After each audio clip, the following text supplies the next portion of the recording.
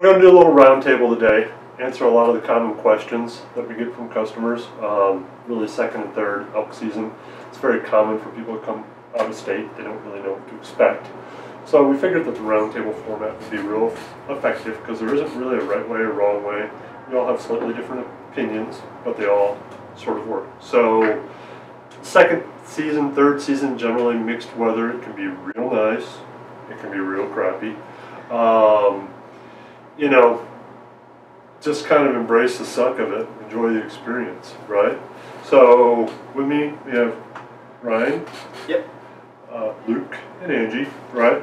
Very different people and stuff, so we're all different.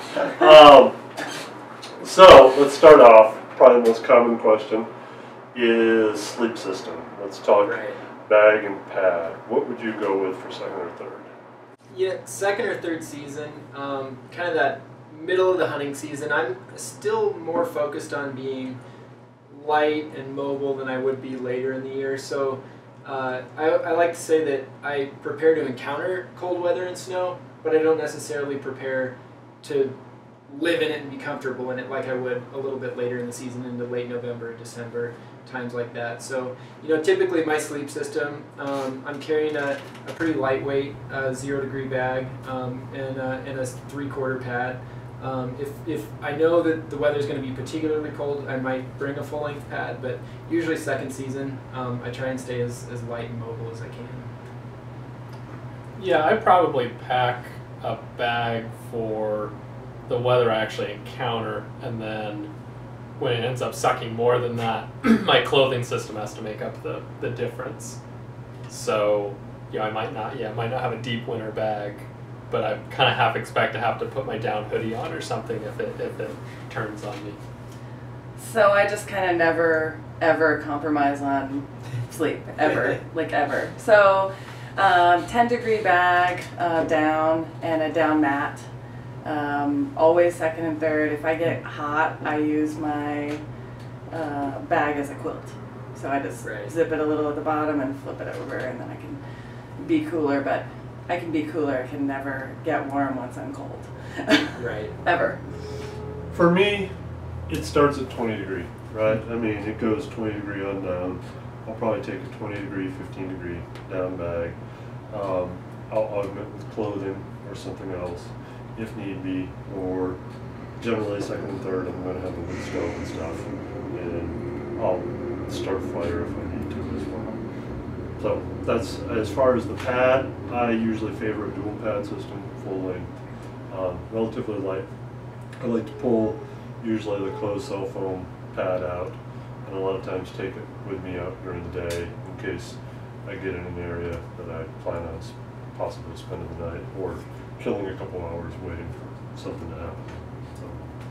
Awesome. Yeah. Very different. Yeah. So let's talk tent systems. Second, third season. We'll start with Angie this time. Big. Big. Like I take a 16-man. No, I favor big tents because I like to get dressed in my tent. I like to stand up in my tent. I like to be able to stretch, and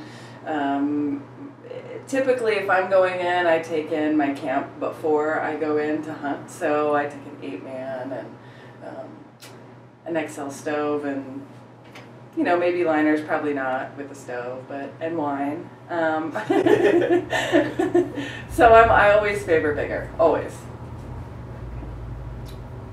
Lucas?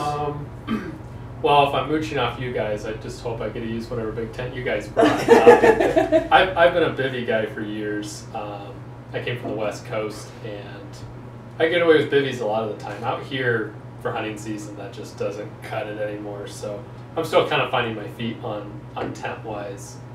But yeah, I mean, 6-man's always a good compromise. I don't know if I'd go clear down to Cimarron most of the time. I usually just not that fast and light or hardcore, so probably just hunting out of a camp with guys like you that brought a big tent. Guys like me. I've got the wonderful gift of being able to sleep just about anywhere. So I've slept in little solos and bivy sacks, and if I don't have to get away with that, I definitely like the space to be able to get dressed in the tent and things like that. But depending on where I'm hunting, if I want to be able to keep things light, I'm happy to bring a small tent and make it work. So. I'm kind of like Ryan in that regard. Really kind of depends on the further I plan on going, the smaller the tent gets. And the more unfamiliar I am with the area, the smaller the tent gets. I can make some round work for myself or another guy, and we'd be fine. I do think that the Red Cliff 6-man probably are the best combination weight, room, comfort for 2, 3, and you could squeeze a 4th person if really needed. Right. So. I think then you need a 12-man. Maybe 16. Are you carrying it? Yeah, you carry it. Are you carrying it? Well, sure, with the one. Just need more space. Stoves. We talked about these. I mean, you mentioned the XL. Yeah. Right. I'm lazy, so bigger stove, bigger wood, longer burn time. Just, Yeah. I want to enjoy it and just relax. Do you cook on it at all? No, No, no, not at all. not at all. Not in the backcountry, no way. Okay. Lucas. Well, being a bivvy guy, I never had the stove option before. So you're just mooching off Andy. Mooching off Andy's giant stove. 24 Are you at least preparing the wood? Yeah. But yeah, generally, I mean, bigger's just better with stoves. That's just the long and short of it. Unless it's like really nice weather and the stove's just a specialty tool for one specific purpose, just as big as you can afford to take is best. Honestly, when I'm on winter camping trips or something that's a little lazier and I don't have somewhere to be at daylight, I'm more apt to use a wood stove to cook on and things like that. Otherwise, when I'm hunting, you get back to the tent late at night or you're leaving the tent early in the morning, I bring a fuel stove to cook on just for speed, and that's usually my preference. I think any of our stoves will work, right? And I've used cylinder stoves and all sorts of them. But I think the SXL is probably the best balance of being able to use it in a small tent, being able to use it in a large tent, getting pretty good burn time, not having to prep a lot of extra wood if you don't need to. I favor cooking on the stove, not in the morning at all. If I need coffee, and I figure, wow, I need coffee in the morning, I'm probably going to have some sort of thermos thing, which I often do so I don't get water freeze-ups. And I will just have hot water from the night before and throw a Via in there and call it coffee in the morning. I'm not super picky. That's cool. I'll also, as far as breakfast, I don't really need anything. But at night, it gets dark, 6 o'clock, 7 o'clock, back at your tent, 7:30ish. Right. I got a couple hours I got to kill. And I don't mind cooking on stove at all. So. Cool. Okay. Let's talk pack systems. Now this is really kind of embrace the suck territory, right? Because you want to pack this light. You're hoping to carry out some load unless your friends are really feeling nice to you that day. But you just never know, right? Who wants to start it off? I'll kick it off. Okay. So just as far as kind of general preference in pack systems, I tend to spike camp. So I like to, the areas I hunt, I tend to hunt areas I know well, at least now I do. So I know where I'm going to set up camp. I usually get in, I set up camp, I ditch everything. So I like to have a smaller day pack to be able to hunt out of that camp with during the days. I tend not to hunt with my camp on my back. So for that reason, a system with a larger capacity bag and then something like the Peregrine as a compression panel on that, so that I can then take that smaller pack and hunt with it as a day pack once I've got my spike camp set up. That's kind of my usual system. Yeah, last year I did day pack on a frame. So I always had the frame with me in case I got something I could do the first load out.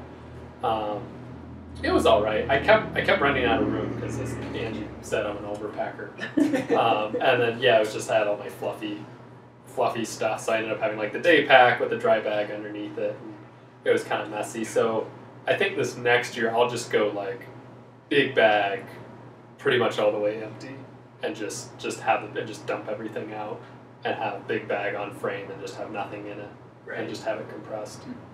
That's why I like the Revolution. You can do a little bit of a smaller bag and still be able to pull that bag away from shove meat in it, and then you have 2 bags.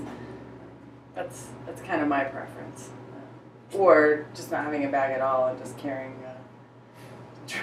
like I like to shove everything in my jacket. So just like shove like all this stuff and then just. She's unconventional.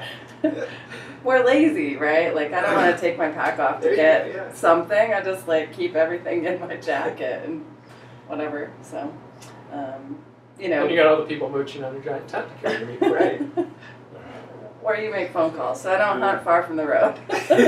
Not real far anyway. I have really good friends that are really strong, and that helps me out a lot. Well, sometimes he's hunting, and you can't rely on him. So I have my little stash of friends. So. I've used all of our packs, and I think that it's a really good time to be a backpack hunter because I think there's the largest amount of high quality packs out there that's been out there since the 90s, right? I think there was a big gap there for a while where I don't think there was a lot of good backpacks available. I've used every one of our packs as long as I can figure them right, for what I expect. They all work for me.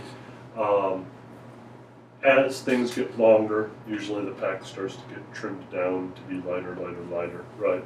And the same with earlier season, doesn't need to be as big.